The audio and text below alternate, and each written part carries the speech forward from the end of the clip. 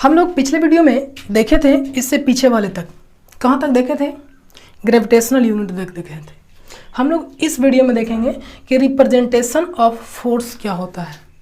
Representation of force, तो representation of force यानी force को रिप्रेजेंट करने का तरीका। तो दो तरीका, एक वेक्टर रिप्रेजेंटेशन और दूसरा बो नोटेशन। हम लोग सबसे पहला समझते हैं, सबसे दो है, पहला वेक्टर रिप्रेजेंटेशन और दूसरा है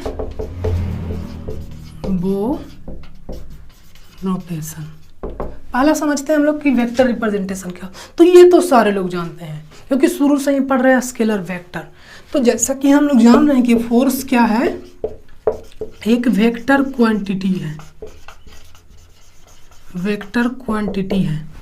तो वेक्टर क्वांटिटी में क्या क्या जरूरत होता है आप लोग बताइए। डायरेक्शन, डायरेक्शन और मैग्नीट्यूड। क्या ये रिप्रेजेंटेशन हो गया? हम लोग को रिप्रेजेंट करना, मान लीजिए लिखना हो कि फोर्स कितना है, 10 kg लग रहा है, तो ये रिप्रेजेंटेशन हो गया। डायरेक्शन कुछ लिखा दिखाई दिया? नहीं दिखाई दिया। तो रिप्रेजेंटेशन के लिए हम लोग को देखिए क्या क्या जरूरत है। पहला डायरेक्शन, दूसरा मैग्नीट्यूड, तीसरा application, application of force. Force का एप्लीकेशन कहाँ पे हो रहा है, एप्लीकेशन मतलब यूज कहाँ पे हो रहा है।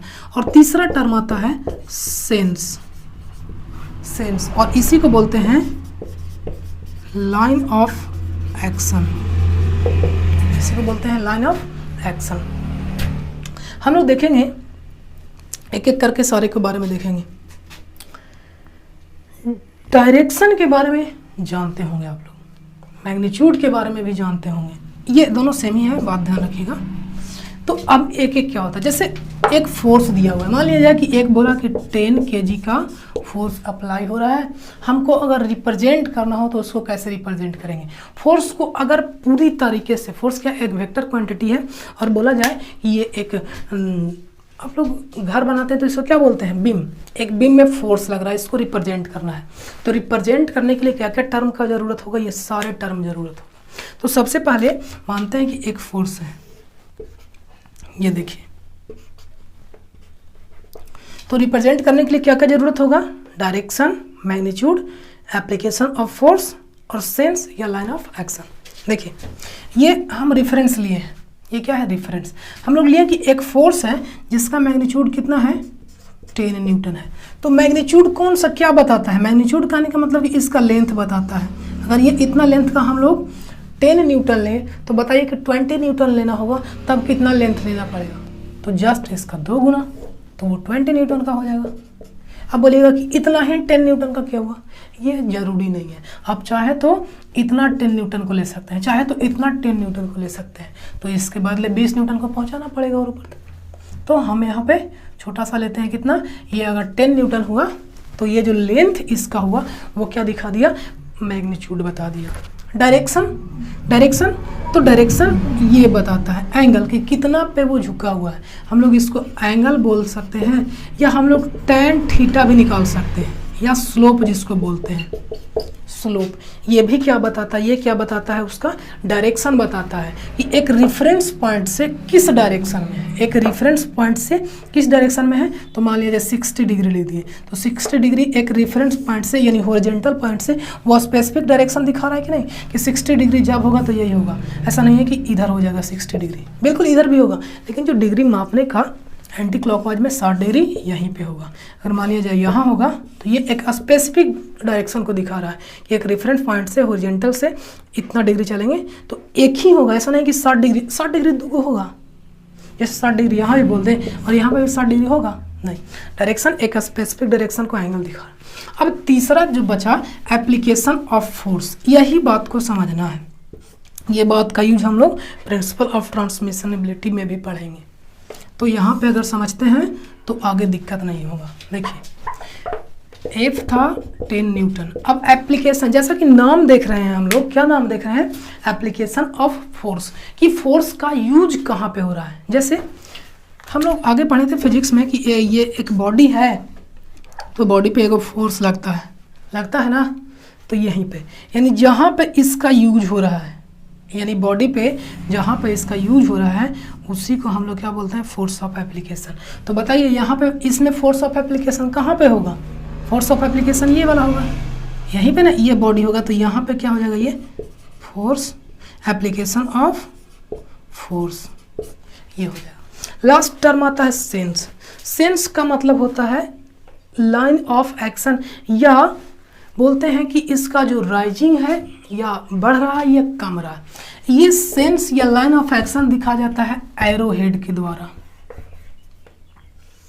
किसके द्वारा, एरो हेड के द्वारा। ये क्या हुआ, line of action. Line of action करने का मतलब क्या हुआ कि जो काम करने का तरीका है, जो उसका काम करने का लाइन है, वो कौन सा डायरेक्शन में है। ध्यान समझिएगा, मान लिया जाए लाइन ऑफ एक्शन ये वाला नहीं दिखाते, ये नहीं दिखाते, तो ये लाइन क्या हो जाता है, इसका मतलब होता कि इधर जा रहा है, इधर जा रहा है, नहीं पता है। लेकिन जब हम लोग ये दिखा दिए, इसके बाद इधर जा रहा है, इधर जा रहा है, ये नहीं पता है। लेकिन जब हम लोग क्या दिखा दिए, ये एरो दिखा दिए, एरो का मतलब आपको पता होगा कि ये हमेशा किधर जाएगा, एक ही डायरेक्शन में जाएगा, हमेशा क्या होगा, वो जहाँ से इधर जा रहा है वही।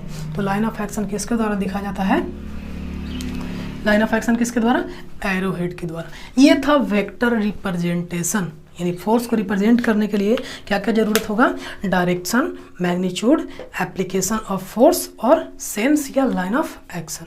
ये 4 टर्म के द्वारा हम लोग क्या करते हैं, वेक्टर रिप्रेजेंटेशन करते हैं। ध्यान रखिएगा, इन चारों पॉइंट का आगे भी यूज होगा, और कहाँ पे यूज होगा, प्रिंसिपल ऑफ ट्रांसमिसिबिलिटी में भी यूज होगा, तो याद रखिएगा ये। उसके बाद हम लोग आगे आते हैं बो नोटेशन की। बो नोटेशन क्या है, तो बो नोटेशन क्या है, तो बो नोटेशन कुछ नहीं है। तो बोलिएगा क्या है, फिर से बोलेंगे हम, कुछ नहीं है, फिर बोलेंगे क्या है,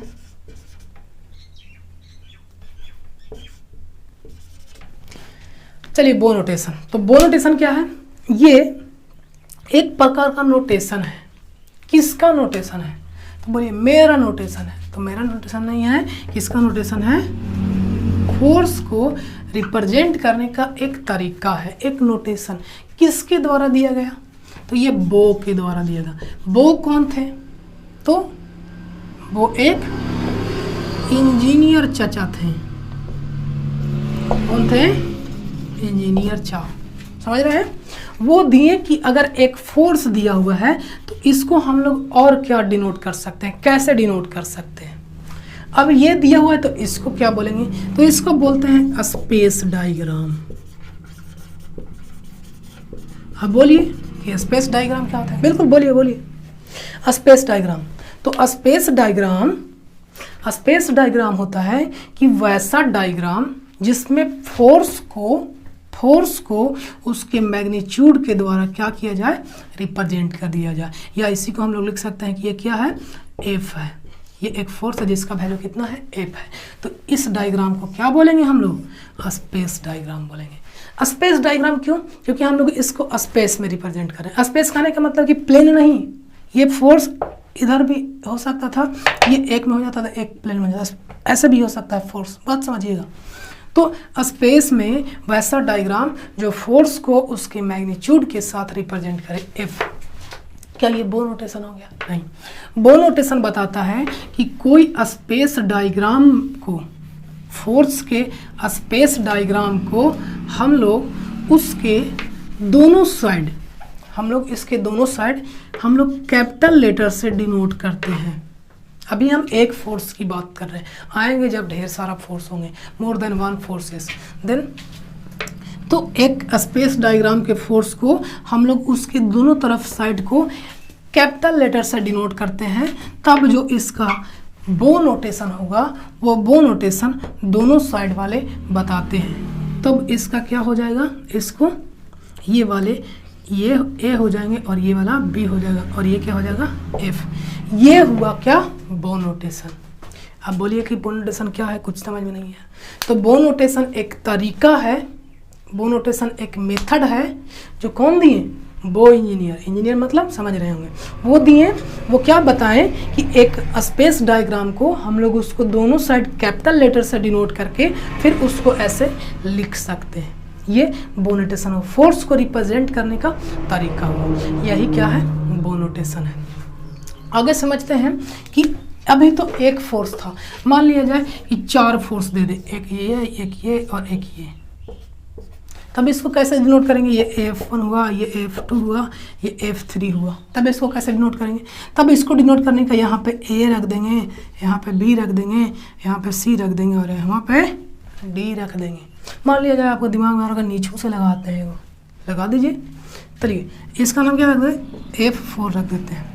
अब हमको रिप्रेजेंट करना हो कि F1 कैसे होगा, F2 कैसे होगा, F3 कैसे हो, तो बताइए इन तीनों का डायरेक्शन क्या है, सेम ही है, तो हम लोग इसको ऐसे डिनोट करेंगे, यहाँ से लेकर के यहाँ तक। कैसे डिनोट करने के लिए बताएं, A B, तो इधर से A मानेंगे और फिर B मानेंगे, तो ये A ऊपर लिख देंगे, ध्यान रखिएगा, ये स्मॉल A B, यानी ये क्या दिखा रहा है, फास्ट फोर्स को दिखा रहा है, A से B तक। अभी तो बताएं A से B तक, यानी इसको दोनों तरफ के साइड को हम लोग दिखा सकते हैं यहाँ पे, एक ही डायरेक्शन में था। तो अब बताइए कि इस वाले के लिए हम लोग क्या लिखेंगे, जरा बताइए, इस वाले फोर्स के लिए क्या लिखेंगे, इसके अकॉर्डिंग जरा बताइए। तो इसके एक साइड A था और इसके एक साइड B था, तो A B लिख दिए थे, इसके एक साइड B है और इसके एक साइड C है, तो बताइए क्या लिखेंगे, क्या लिखेंगे, अलग लिख करके देखते हैं, क्या लिख कर लिखेंगे, B और C लिखेंगे।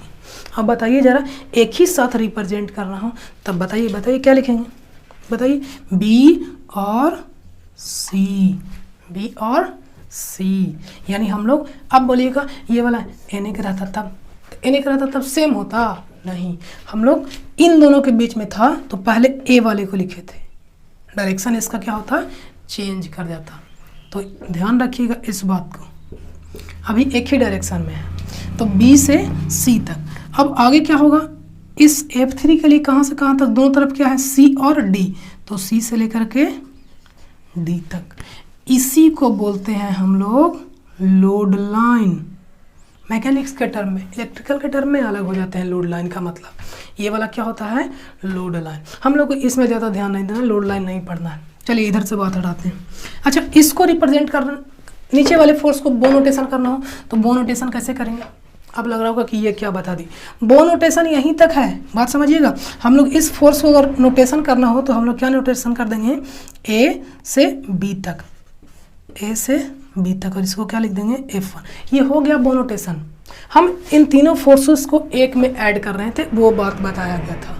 ऐसा क्यों, तो आप लोग देखे होंगे कि नीचे से 2 घर के पिलर दिया हुआ है और उस पर एक दीवार उठाया है, इसी चीज़ को डिनोट करने के लिए आगे यूज होता है। तो आगे वाला आगे, यहाँ पे क्या था, एगो फोर्स था, इसको कैसे डिनोट करते जरा बताइए। तो इसको क्या डिनोट करते, F4 को बो नोटेशन क्या होता जरा बताइए। ऊपर से सब लग रहा था और नीचे से एगो, यानी ये किसके किसके बीच में लग रहा है, एक लास्ट वाले के बीच में और एक इधर लास्ट वाले, यानी F4 को हमको अगर रिप्रेजेंट करना हो तो क्या रिप्रेजेंट करेंगे, बोलिए, A और D के बीच में।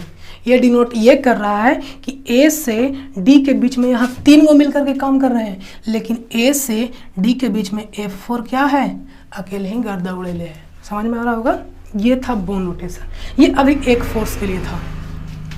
हम लोग और जानेंगे फोर्स डायग्राम। ये बो नोटेशन हो गया, थोड़ा सा और डिटेल चलते हैं हम लोग, जो कि बुक में दिया हुआ है वो बताते हैं। मान लिया जाए कि एक ये फोर्स है, एक पॉइंट पे एक फोर्स नहीं 17-19 फोर्स लग रहे हैं। इसका नाम R है और इसका नाम Q है और इसका नाम PQR है, PQR नेमिंग रख दिए, PQR एक पॉइंट O है। अब ये कौन सा है, P, तो सबसे पहले ये कौन सा डायग्राम है, ये स्पेस डायग्राम है। एक स्पेस में हम लोग एक फोर्स को क्या कर रहे हैं, रिप्रेजेंट कर रहे हैं। अब इसको बो नोटेशन कैसे होगा, तो हम लोग बो नोटेशन यहाँ पे तो सिंगल था, लेकिन यहाँ पे क्या है, मोर देन 1। तब हम लोग अगर एक पॉइंट पे, ध्यान से सुनिएगा इस बात को, अगर एक पॉइंट पे मोर देन 1 फोर्सेस लग रहे हैं तो उसका बो नोटेशन किसी भी क्लॉकवाइज डायरेक्शन या एंटी क्लॉकवाइज डायरेक्शन में, किसी भी डायरेक्शन में सीक्वेंस के अकॉर्डिंग हम लोग अरेंज कर देंगे। ए बी सी या ए बी सी, किसी भी डायरेक्शन में, तो हम लोग इस डायरेक्शन में कर रहे हैं। तो ये क्या हो गया, अब इसको रिप्रेजेंट करने का तरीका, ये क्या हो गया, उसका बो नोटेशन हो गया। लेकिन इसको और बनाया जाता है फोर्स डायग्राम। फोर्स डायग्राम में हम लोग एक को रेफरेंस ले लेंगे। तो बताइए कि इस वाले का बो नोटेशन अगर हम लोग अलग करें तो बताइए क्या होगा, आप लोग बताइए, सोच करके वीडियो को पॉज कीजिए और बताइए। ए बी होगा कि नहीं होगा बो नोटेशन, और बो नोटेशन इसका नाम क्या हो गया, इस डायरेक्शन में ये वाला क्या हो गया, पी हो गया। ए से बी तक क्या हो गया, पी हो गया।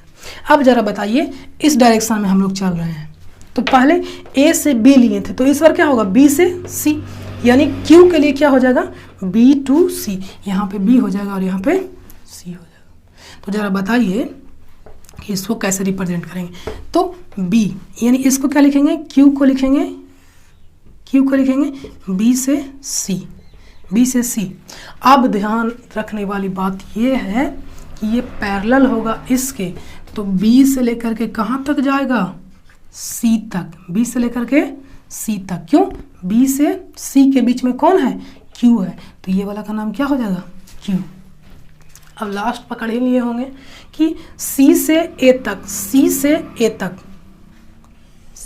तक कौन हो जाएगा, आर। अच्छा, किन्हीं का दिमाग में ये चल रहा होगा कि ये वाला जो है जरूरी है कि यही मिलेगा, हो सकता था इधर चला जाए, ऐसा है, नहीं है। क्यों नहीं है, ये बात को समझिएगा, क्योंकि ये कहाँ से निकल रहा है, ए से ही डिनोट हो रहा है, ये कहाँ से शुरू हो रहा है, ए से, और ये वाला भी कहाँ से कहाँ तक जा रहा है, सी से ए तक, तो सी से ए तक, ये क्या हो गया, और ये बुक में दिया हुआ था, बो नोटेशन पहले ही खत्म हो गया।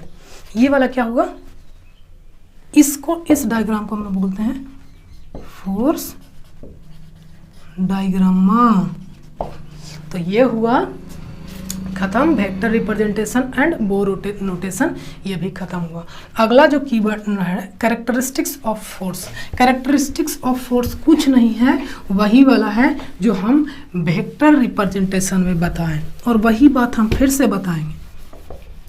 कैरेक्टरिस्टिक्स ऑफ फोर्स क्या होते हैं, इसके 4 कैरेक्टरिस्टिक्स होते हैं। अब अगला हम टर्म क्या पढ़ने वाले हैं, characteristics of force. Characteristics of force में क्या पढ़ेंगे हम लोग, कैरेक्टरिस्टिक्स ऑफ फोर्स 4 होते हैं।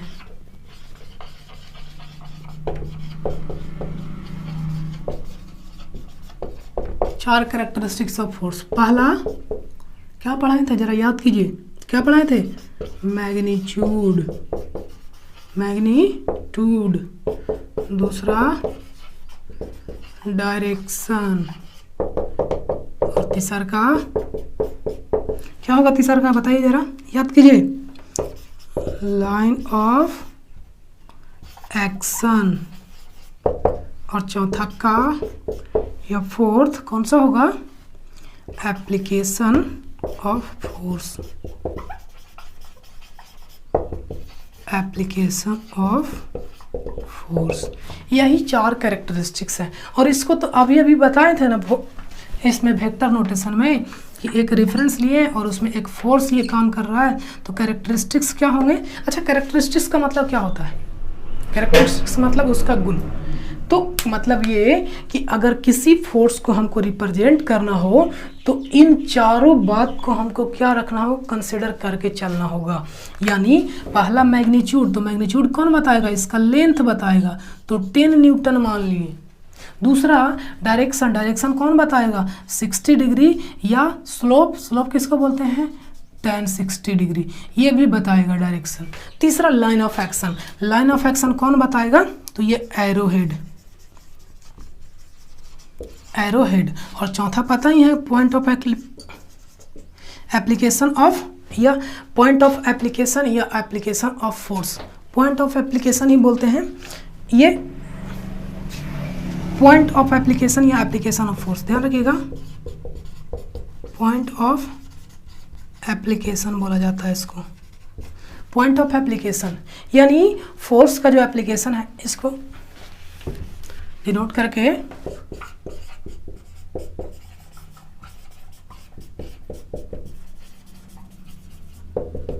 ये क्या है, point of application. Application of force नहीं, पॉइंट ऑफ एप्लीकेशन। तो पॉइंट ऑफ एप्लीकेशन कहने का मतलब क्या हुआ कि वह पॉइंट जहां पे फोर्स क्या होता है, अप्लाई होता है। मान लिया ये एक बॉडी था, तो पॉइंट ऑफ एप्लीकेशन हम एक फोर्स लगा रहे हैं इधर से, तो पॉइंट ऑफ एप्लीकेशन क्या हो जाएगा, ये वाला हो जाएगा। ये फोर्स हुआ, कैसे लग रहा होगा, ऐसे लग रहा होगा, है ना, होगा। ये क्या हो जाएगा, पॉइंट ऑफ एप्लीकेशन। और इसका लाइन ऑफ एक्शन क्या हो जाएगा, यानी इस लाइन में ये क्या कर रहा है, काम कर रहा है। ये फोर्स जो है एफ है, वो किस लाइन में काम कर रहा है, इस लाइन में काम कर रहा है, यानी सीधे वो फोर्स काम कर रहा है। लेकिन पॉइंट ऑफ एप्लीकेशन क्या हो जाएगा, ये वाला हो जाएगा। ये था 4 कैरेक्टरिस्टिक्स। उसके बाद इफेक्ट ऑफ फोर्स। एक बात और, जो वेक्टर रिप्रेजेंटेशन में बोले थे एप्लीकेशन ऑफ फोर्स, वो एप्लीकेशन ऑफ फोर्स नहीं, पॉइंट ऑफ एप्लीकेशन था, कंफ्यूजन था। पॉइंट ऑफ एप्लीकेशन बोलते हैं इसको। लास्ट टर्म आता है इफेक्ट ऑफ फोर्स। तो इफेक्ट कितने होते हैं, ये हम इंट्रोडक्शन जब दे रहे थे उसी टाइम बताए थे कि पहला इफेक्ट हो सकता है कि साइज खराब कर देना, साइज या शेप खराब कर देना। एक फोर्स अगर लगाएं तो साइज क्या हो जाएगा, खराब हो जाएगा। समझ में आ गया होगा क्या बोल रहे हैं। दूसरा, चलिए सबसे पहले लिखते हैं कि इसका एप्लीकेशन क्या होगा। तो फोर्स लगा करके हम जो बॉडी मूव कर रहा है, यानी मोशन है, मोशन कर रहा है या रेस्ट में है, तो मोशन वाले को हम लोग फोर्स लगा करके रेस्ट में ले आएंगे, और रेस्ट में है उसको फोर्स लगा करके क्या ले आएंगे, मोशन में ले आएंगे। पहला इफेक्ट हुआ ये। दूसरा इफेक्ट क्या हुआ, हम लोग फोर्स को बैलेंस कर सकते हैं। एक फोर्स को एक और फोर्स लगा करके बैलेंस कर सकते हैं। ऐसा नाम सुने ही होंगे, लोहा लोहे को काटता है, तो यहाँ पे भी क्या होगा, फोर्स फोर्स को काटता है। हम एक इधर से लगा ले हैं, फोर्स लगा रहे, ये इसको हम फोर्स लगा ले इधर, अब ये क्या हो जाएगा, चला जाएगा। लेकिन ये जो फोर्स है इसको इक्विलिब्रियम में लाने के लिए एक फोर्स इधर से लगा देंगे। अब क्या बोल रहे हैं हम, वो बात समझिए। ये जो बीम होता है, बीम दीवार वाला देखे होंगे, घर बनाए होंगे सेल वाले, तो ये बीम है, ये क्या है, एक पिलर है। पिलर पर देखे तो ये अगर ये ऐसे हम लोग खड़ा कर दिए, इसका मतलब क्या हो रहा है, फोर्स लगा करके हम लोग क्या कर रहे हैं, इक्विलिब्रियम में कर रहे हैं, इसको रेस्ट में ला रहे हैं। क्या कर रहे हैं, रेस्ट में इसको ला रहे हैं। कैसे रेस्ट में ला रहे हैं, तो फोर्स लगा करके नीचे से। तो बोलिएगा ऊपर से कहाँ से फोर्स लग रहा है, तो ऊपर से नीचे की कौन फोर्स लगा रहा है, पता ही होगा, तो वो फोर्स लगा रहा है। तो हम लोग एक और फोर्स लगा करके बॉडी को क्या कर सकते हैं, इक्विलिब्रियम में ला सकते हैं। ये दूसरा इफेक्ट हुआ। और तीसरा इफेक्ट वो जो शुरू वाला, दूसरा इफेक्ट क्या कर सकते हैं, इक्विलिब्रियम।